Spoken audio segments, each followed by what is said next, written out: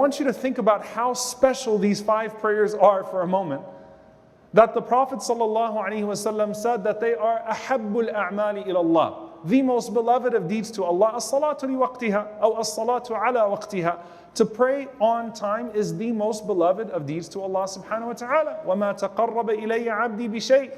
No one will come to me, no one of my slaves will come closer to me with anything أَحَبَّ إِلَيَّ مِمَّا افْتَرَضْتُهُ عَلَيْهِ, with anything more beloved than that which I have prescribed upon them. Before Qiyamul Layl, before this special dua, before this amazing story, it's these 5 prayers that you have. When you talk about muhasaba and muraqaba, when you talk about self-accounting and observing the sight of Allah subhanahu wa ta'ala upon you, there is no deed more powerful than the one that you have been instructed to do 5 times a day if you pray right.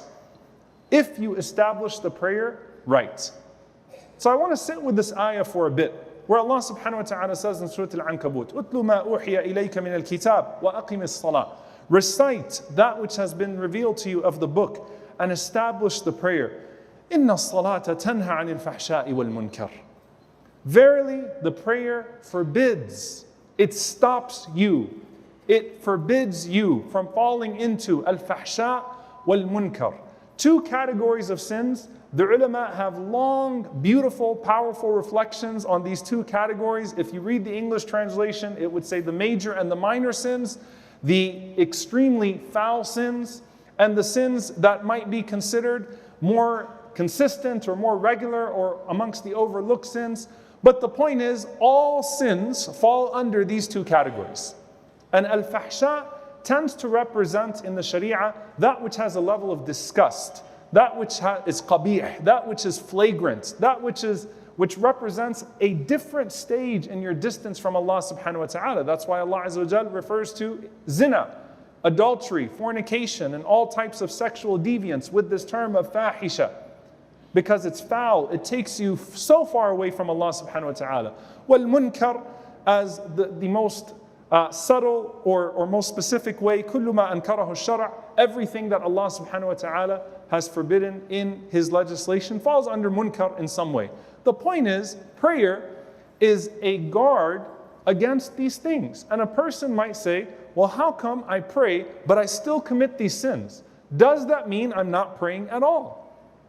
And there is a hadith that's narrated in a Tabarani that is extremely weak, but that gets quoted frequently that seems to indicate that much, where the Prophet ﷺ in this report is said to have said, "Man lam tanhahu salatuhu anil fahsha'i wal munkar fala salata lahu."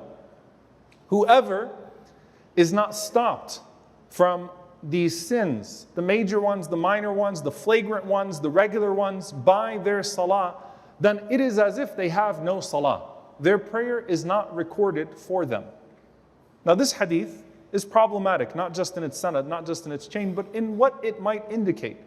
There is a report from Ibn Mas'ud radiallahu ta'ala anhu and Abdullah ibn Abbas radiallahu anhuma, in their words, "Man lam tanhahu salatuhu anil fahsha'i wal munkar lam yazdad biha min Allahi illa bu'da." It is a scary one.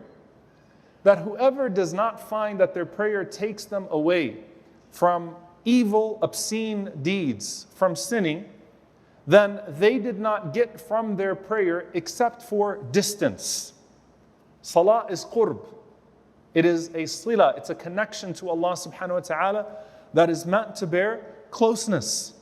Closeness.